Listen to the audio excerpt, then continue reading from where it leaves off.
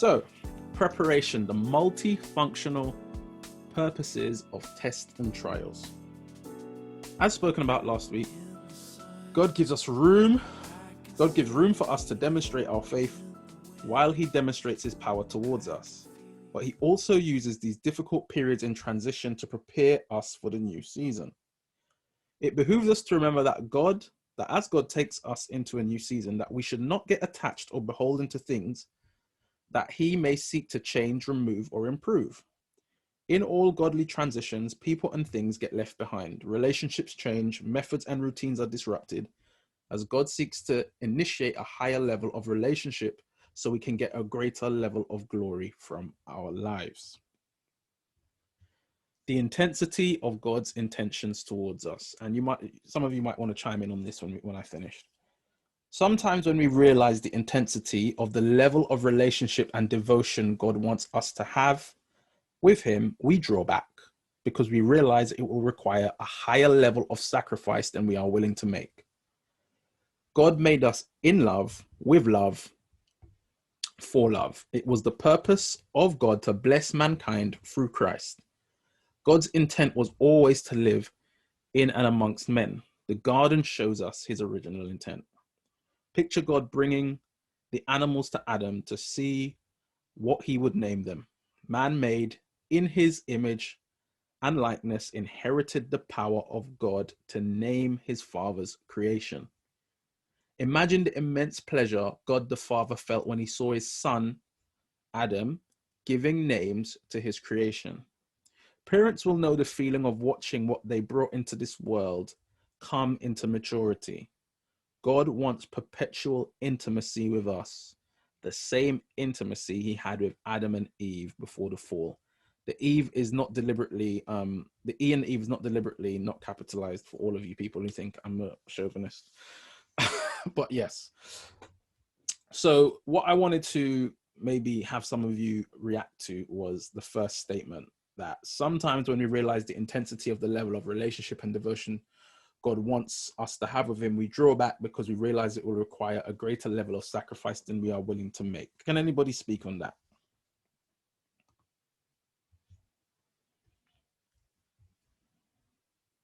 Is that true? 100%. Absolutely. Yeah. There's a lot. You'll have to invest more time in the secret place, and that can be hard, especially with the cares of this world. Yep, that's a fact. And the comforts. Right.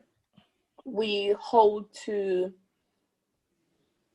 position and power and things, and sometimes when we realize that they're in conflict with the walk or the things that God wants us to do, and it's not that God is against things and position, but it's always for the good of. And sometimes when we as human cleave things to ourselves and we realize that God wants to strip us of them, we pull back. But the trick is he never strips us of anything that is good for us, that will cause us to flourish and to bring us into just complete goodness. Everything that he wants to strip us of is what's good for us, but it's our perception of what's good. And it's when we think that we know more than God, that we deserve more than what he can offer. You said something key there, that we deserve. Do you know what that indicates when we think we deserve more? That is the definition of pride. And that is the root of all sin. So we have to be very careful, because it was that angle of pride that caused the fall of Satan and of man. Thinking that we deserve more than we have, or we have been given, or been allowed to have. That angle is what Satan used in heaven to trick the other angels. It's what he himself was deceived by, and it's what Eve was deceived by. I think as well, though, that there is a rawness. There's Vulnerability. a vulnerability that comes with being in like a secret place with God or a higher level with God. It's and that's what can get scary. I totally agree with what everyone else has said, but I think on the other side of it, it's just that It's scary. open wound rawness that you get sometimes when you're at a certain level with God where it's just you.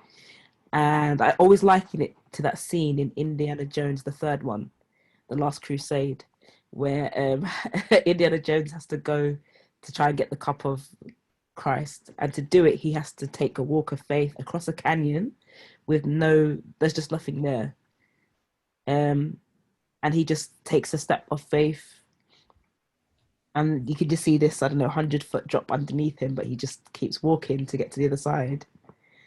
Yeah, it's just scary. You could have used Peter, but hey, if you wanted to bring in movies, you know that's my film, though. You know that's my film. if you wanna secularize it, kind of like that, Jay.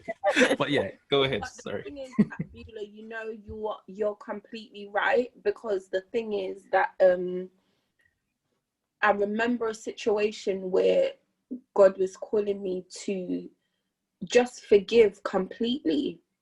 And I was actually angry with him that he was calling me to get to that place of deep forgiveness, because I literally said to him, I said, I deserve to be angry at this. How can you take this away from me? Why would you want me to do that? Because I'm like, if I completely let this go and forgive that person, it's almost like I was agreeing that what they did was okay, and I'm letting them off the hook. And what it boils down to is that I didn't trust God to give me justice. And that is very scary, to just completely let yourself go in the hands of somebody. So I completely hear that. Okay. Yeah, 100% agree with what everybody's saying. I will add the scary element of you don't know you can talk to God about certain things until you do talk to him about certain things. And I think when you realize just how interested God is in everything that you could possibly think of, like everything you have ever brought to your friend, God wants to hear that from you too.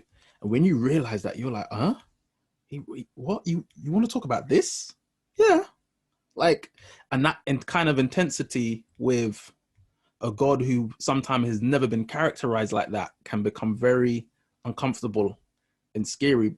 But that, I think, comes from the fact that our natural, our base default is control. And our eternal battle is fighting to give up control, because there's some parts of us that still like to be in control. There's some parts of us that wants to make a decision and not ask God whether he should be involved in it. And so I think that element of us trying to retain some self-control interferes with intimacy, because God is like, that same part that you want to take control over, that's the part I actually want you to ask me about. So yeah, the intensity of God's intentions sometimes scare us away, or I think the root of that is that we just really want to stay in control of certain situations and things. And that's, I think, that's what you was describing, Dion.